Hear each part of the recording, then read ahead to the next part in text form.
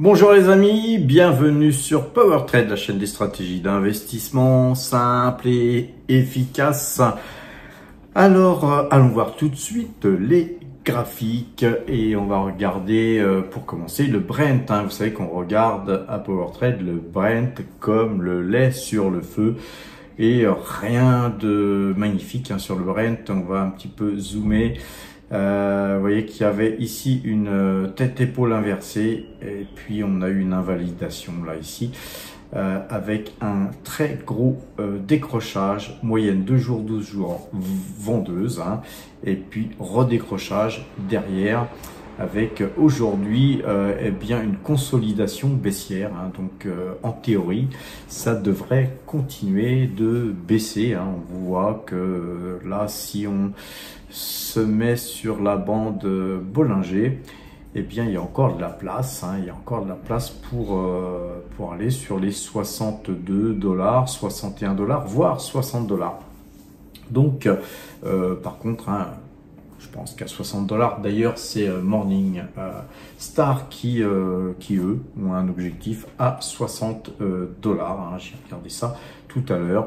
Bon, c'est toujours intéressant de voir ce que les autres pensent, mais globalement, comme j'ai tendance à le dire souvent, ceux qui savent ne parlent pas et ceux qui parlent souvent ne savent pas, car oui, personne ne sait où va aller le Brent, mais graphiquement on essaye effectivement de trouver des zones. Là donc on a effectivement un support très fort là sur 62, et puis après on pourrait imaginer voir les 59-60 $, pourquoi pas, mais voilà, en tout cas là nous on conserve nos valeurs pétrolières, en tout cas quand même un petit rebond sur le Brent, ce qui permet ceci dit de poser sur donc l'or plus 0,15%. C'est passé plutôt baissier sur l'or puisqu'on a la moyenne de 12 qui est vendeuse. Pareil à l'image du Brent, nous avons une invalidation de tête-épaule, donc inversée. Donc voilà, c'est pas super florichon, mais ceci dit, les minières étant très en retard, ça n'invalide pas les signaux qu'on a sur les minières. D'ailleurs, aujourd'hui, nous avons acheté une minière, les amis. On va aller voir ça tout à l'heure. Sur le silver se porte très bien puisqu'il tient bien lui, malgré qu'on a là un croisement de moyenne de 12 à la vente. On voit que là sur ce trend jaune, ça tient bien. On a eu une légère percée et puis aujourd'hui, bien on avale la bougie de la veille, et donc ça c'est très encourageant sur le silver. En tout cas, sachez que on avait une zone très difficile à passer qui était les 35 $. Tout le monde s'accordait là-dessus et on voit que maintenant les 35 $ ont du mal à être cassés, et donc on va dire que c'est un support intéressant. Vu qu'il y a eu un plus bas ici, on va retracer ce trend jaune sur voilà, sur ce plus bas. Je pense que voilà, c'est 35,29. Il ne faudrait pas casser ça maintenant. C'est vraiment le support sur lequel on peut rebondir, mais qu'il ne faut pas casser.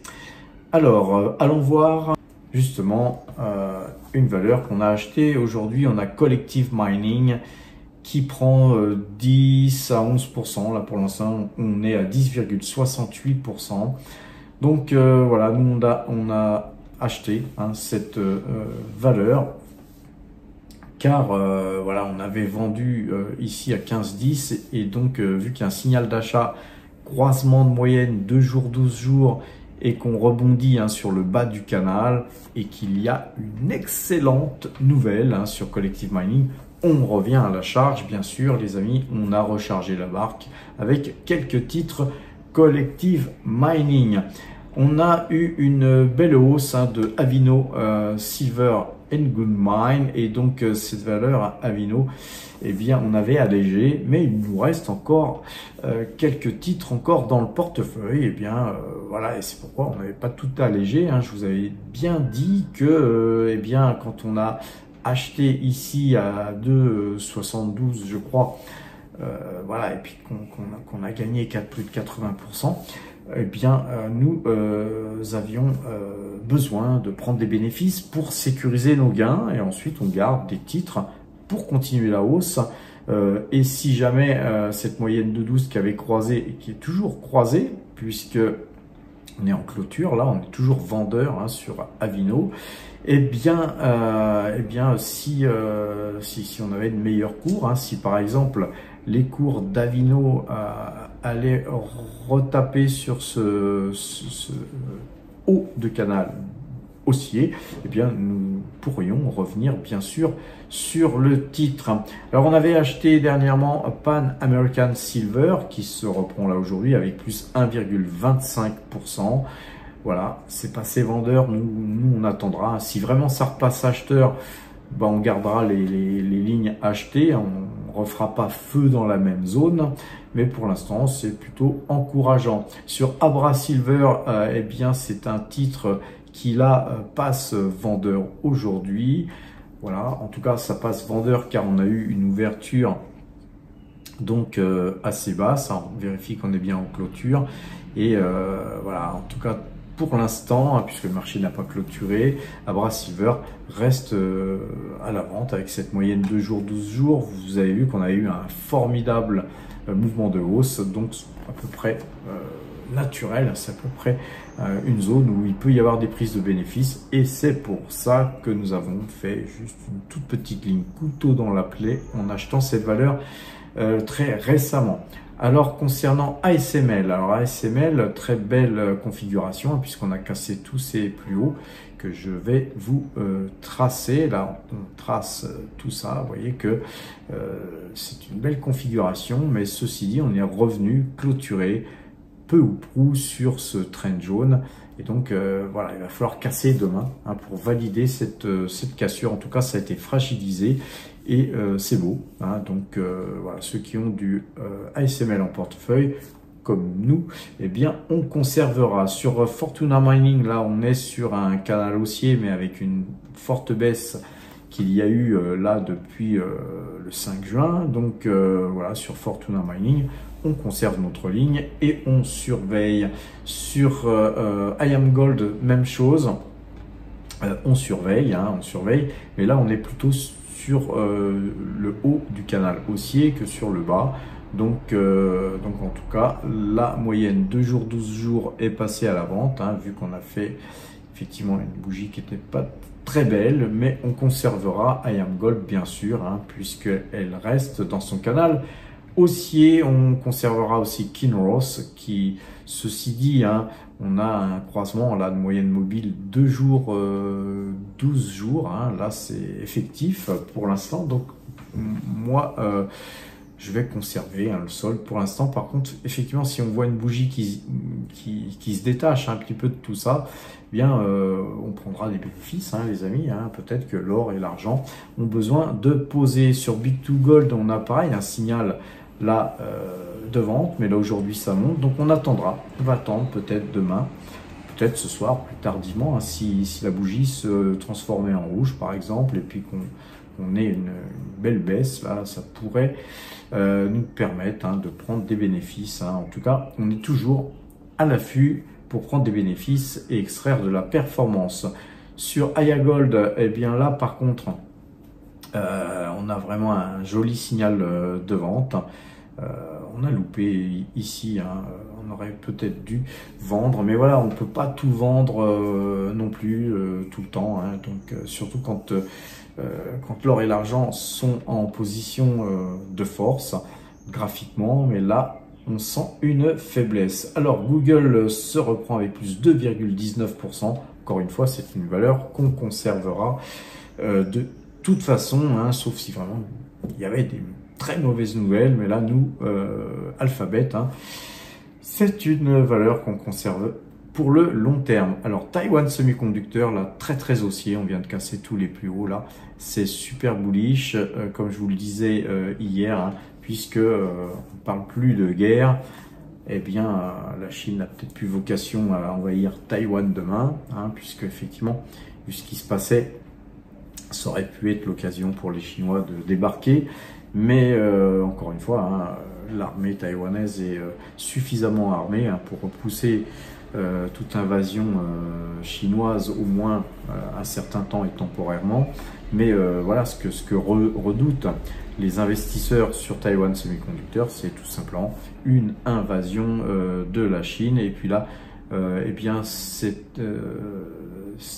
doute hein, et ce que redoutent les marchés est en train de disparaître. Et donc, évidemment, le titre eh bien, fonctionne à plein régime. Va-t-on casser ce plus haut? Là, par contre, j'ai pas de certitude, encore une fois, hein, celui qui sait me dira.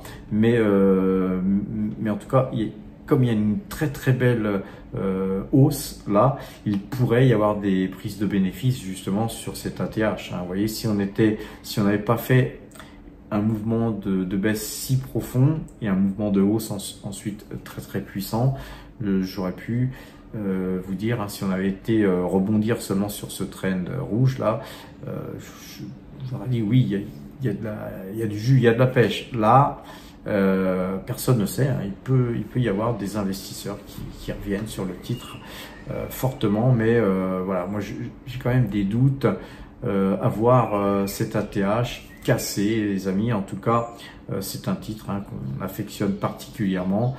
Voilà, nous avons quand même cependant ici deux bottoms, hein, double bottom ici. Ça pourrait, si on cassait ces plus hauts, hein, ça pourrait aller donc très très haut. Et où pourrait aller donc Taiwan Semiconductor, en gros, hein, si on prend cette équidistance, hein, on pourrait aller sur tout simplement sur les 300 dollars, les amis, et ça serait pas mal. Hein. C'est en tout cas tout à fait plausible, mais je pense qu'il va y avoir certainement un pullback avant. Sur Hug Autoliner, il ne se passe pas grand-chose, plus 0,45%, mais ceci dit, hein, vous voyez qu'on a une tête-épaule inversée, et puis que Hug Autoliner, elle progresse progressivement avec des petites vagues haussières, baissières, haussières, baissières. Donc, on voit qu'il y a de l'accumulation, et donc, eh bien, nous, on conserve ce titre hein, qui nous verse un très gros dividende. Sur une valeur sur laquelle on était sorti, hein, on avait fait un aller-retour, on avait gagné 20%, et puis ensuite on avait été encore plus haut hein, que ce que nous avions vendu.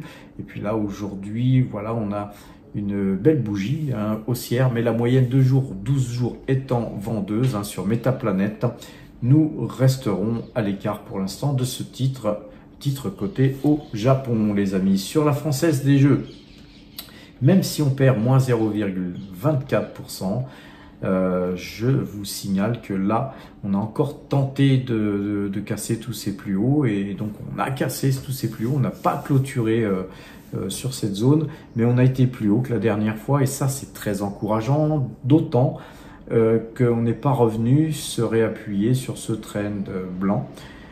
Et donc à suivre, hein. Peut-être que demain ça sera le cas, peut-être même que demain ce trend sera cassé. Donc nous, pour l'instant, on surveille, et on a plutôt une hypothèse sur un rebond hein, du marché sur ce trend blanc, voire pourquoi pas une hausse demain hein, avec cassure beaucoup plus franche que celle qu'il y a eu aujourd'hui. Sur donc BYD, eh bien BYD perd 1,40% aujourd'hui. On n'a pas de croisement de moyenne mobile 2 jours, 12 jours. Par contre, on est toujours sur un rebond de ce bas de canal. On conservera nous, cette société sur laquelle, pour l'instant, et je dis bien pour l'instant, c'est pas que je jette Tesla avec l'eau du bain, hein, c'est que on est beaucoup mieux orienté hein, sur BYD, avec certes des mouvements très erratiques sur le titre, avec des croisements de moyenne mobile 2 jours, 12 jours sur lesquels on peut faire du pognon, hein, les amis, hein, pour ceux qui font les achats-ventes, qui ont fait tous les mouvements. C'est quand même un titre qui se prête à faire du trading. Puis quand on est scotché, on peut conserver tout simplement. En tout cas là, il se pourrait qu'il y ait un croisement de moyenne mobile 2 jours, 12 jours demain, les amis. Sur Tesla, alors sur Tesla, eh bien, moins 4,47%, c'est moins sympa. Tesla était plutôt vent debout à l'achat, hein, et puis là on voit qu'on a plutôt eh bien, un retournement et on voit qu'il y a un croisement de moyenne de jours 12 jours, hein, les amis. Et donc, alors attends, y a-t-il un croisement? On va vérifier ça. Eh bien, c'est 225. Non, il n'y a pas de croisement encore, mais ça ne saurait tarder, hein. On dirait que c'est sur le chemin. Mais voilà, il pourrait, vous savez, ce titre, hein, Tesla, pourrait très bien regagner 5% en fin de séance sur une petite allocution d'Elon Musk, et puis on pourrait repasser en positif, hein, en fin de soirée. Donc rien n'est joué. Encore une fois, celui qui sait est un idiot. Alors globalement, tout ce que je sais, moi en tout cas, c'est qu'on ne sait jamais. Les plus vieux comprendront. Alors, Total Energy, et on va terminer l'analyse graphique avec Total Energy, à l'image du Brent, eh bien, on a une consolidation baissière, là. On ne peut pas dire que c'est une reprise. J'aurais aimé vous dire le contraire, les amis, car je suis très chargé sur Total Energy. Malheureusement, eh bien, c'est sûrement ainsi un titre qui va souffrir encore quelque peu. Alors après, on ne sait pas ce qui peut se passer, hein, au Moyen-Orient, hein. Vous savez que le Moyen-Orient est quand même très instable actuellement, mais on dirait que les choses se sont calmées. Quand on regarde un petit peu les infos, on s'aperçoit quand même que peut-être que les frappes américaines n'ont pas donné le fruit escompté, et tout ça, encore une fois de plus, hein, ça joue dans l'instabilité de la zone en question. Et donc voilà, en tout cas nous, eh bien on reste acheteurs, hein, de nos titres, hein. On conserve nos titres Total Energy qui, je vous le rappelle, vont bientôt nous balancer du dividende. Là, au mois de juillet, on a une grosse moisson de dividendes, et donc eh c'est super cool. On conserve donc cette valeur. Concernant notre portefeuille Power Trade, hein, nous ne gagnons plus que 2,99% au moment où je vous parle. Et nous avons acheté quelques titres Collective Mining, hein, car comme vous l'avez vu sur le graphique, on a pu racheter ces titres à bon compte, hein, des titres qu'on avait vendus plus haut, mais on n'a pas repris l'entièreté de notre ligne, qui était une très grosse ligne à l'époque, pour des raisons de sécurité. Bien sûr, les amis, on a fait une ligne, couteau dans la plaie, un gros couteau, hein, quand même, hein. Mais voilà, donc Collective Mining pèse actuellement, et donc ça je vais le mettre en vert d'ailleurs, Collective Mining, puisque c'est un achat, hein, donc c'est quelque chose de nouveau et de quelque chose qui grossit, donc c'est en vert. Par contre, nos espèces en rouge fondent de la même somme qu'on a acheté nos Collective Mining. En tout cas, on reste en positif, hein, malgré qu'on morfle, hein, sur le pétrole. Mais pour ceux qui me connaissent, hein, vous savez qu'on extrait sans arrêt de la performance, et que le portefeuille, eh bien, durant toute l'année, hein, il peut passer dans le rouge, dans le vert, etc. Après, nous, ce qu'on essaye, comme vous pouvez le voir sur les résultats 2020, 21, 22, 23, 24, c'est d'être en positif, et si possible en moyenne de faire du 20% par an. C'est pas facile, surtout en ce moment, mais voilà, c'est ce qu'on fait habituellement depuis des années, avec parfois quelques années négatives. Ça doit être quelque chose sur lequel il faut s'attendre, hein, les amis, car une personne qui est toujours dans le vert et qui perd jamais d'argent, je ne connais pas, moi, dans le monde de la finance. Hein, j'ai toujours vu des gens qui se prennent forcément de temps en temps quelques râteaux, les amis. Alors, bien sûr, hein, il y a des grosses exceptions, hein, peut-être comme Warren Buffett, etc. Peut-être 2-3 personnes sur la planète qui sont capables, effectivement, de performer en permanence. Voilà. Mais encore une fois, hein, ces gens-là sont souvent blindés de milliards, et ont souvent aussi des informations que nous n'avons pas, bien sûr. Alors, le portefeuille Value, lui, gagne 20,69%. Il se porte bien. Et le portefeuille Mine gagne 33,19%. Il se porte aussi très bien. Quant au résultat de notre portefeuille croissance, c'est plus 0,90%. C'est pas terriblos, mais on a pas mal d'espèces car voilà, la croissance, nous on n'y croit pas trop là en ce moment. Et donc on est peu investi. On a justement opté pour BYD, Taiwan Semiconductor d'ailleurs qui se redresse aujourd'hui, L'Oréal, GTT, Alphabet. Donc voilà, on est sur des valeurs de croissance, mais on n'est pas non plus sur du Nvidia et des trucs comme ça. Voilà ce que je voulais vous dire sur le portefeuille croissance. Pourquoi? Parce que j'ai peur d'un gros retracement sur ces valeurs. Sur le portefeuille débutant, eh bien c'est un portefeuille qui se porte bien aussi, plus 22,10%. Alors, pour en savoir plus sur ces portefeuilles, pour avoir plus de détails, passez premium les amis. Par exemple, l'achat que j'ai fait sur Collective Mining, eh bien, il a été donc écrit sur le Discord en temps réel, de façon à ce que tous les premiums soient informés. Donc ceux qui voulaient me suivre, eh bien dans ce cas-là, ils peuvent. Et puis aussi sur le Discord, on donne beaucoup d'informations, des power traders donne aussi des informations aussi. Donc finalement c'est une petite mini salle de marché où on trouve pas mal de choses intéressantes. Et puis en plus, si vous passez premium, vous aurez aussi un accès à notre système donc de notation. C'est une application disponible sur vos téléphones portables, sur vos Mac, vos PC, sur l'ordinateur, sur tout ce qui existe. Et ça vous permettra de noter vos valeurs. Les amis, c'est quelque chose de très intéressant et quelque chose qui vous permet à moindre coût, puisque ça vous coûte 150 € TTC par an, eh bien d'avoir un outil d'aide à la décision et puis de faire partie d'un groupe, de faire partie de la team Power Trader. Les amis, devenez Power Trader, passez premium, portez-vous bien et à demain.